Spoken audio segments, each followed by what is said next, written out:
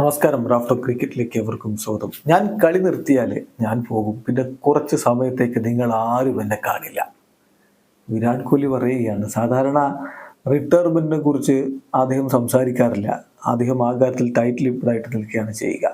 അദ്ദേഹമാണ് ഇപ്പോൾ ഇങ്ങനെ ഒരു കാര്യം പറഞ്ഞിരിക്കുന്നത്. താൻ വിരമിക്കുമ്പോൾ ഒന്നിനെക്കുറിച്ചും ഒരു റിഗ്രറ്റും ഉണ്ടാവരുത്, അതുകൊണ്ട് ചെയ്യാനുള്ളതൊക്കെ ചെയ്തുകൊണ്ടാണ് പോകുന്നത് എന്നുകൂടി അദ്ദേഹം പറയുന്നുണ്ട്. RCB പങ്കുവച്ച വീഡിയോയിൽ അദ്ദേഹം ചില കാര്യങ്ങൾ പറയുന്നുണ്ട്. അദ്ദേഹത്തിൻ്റെ വാക്കുകളിലേക്ക് ഒന്ന് പോകാം. എൻ്റെ കാര്യത്തിൽ ഇത് വളരെ സിമ്പിളാണ്.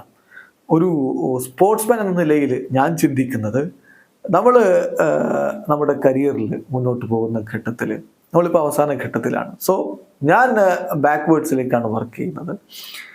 എനിക്കെൻ്റെ കരിയർ അവസാനിപ്പിക്കുകയും ഞാൻ അന്ന് അങ്ങനെ ചെയ്തിരുന്നെങ്കിൽ എന്നൊക്കെ ചിന്തിക്കുക, അതിൽ ഞാൻ വിശ്വസിക്കുന്നില്ല.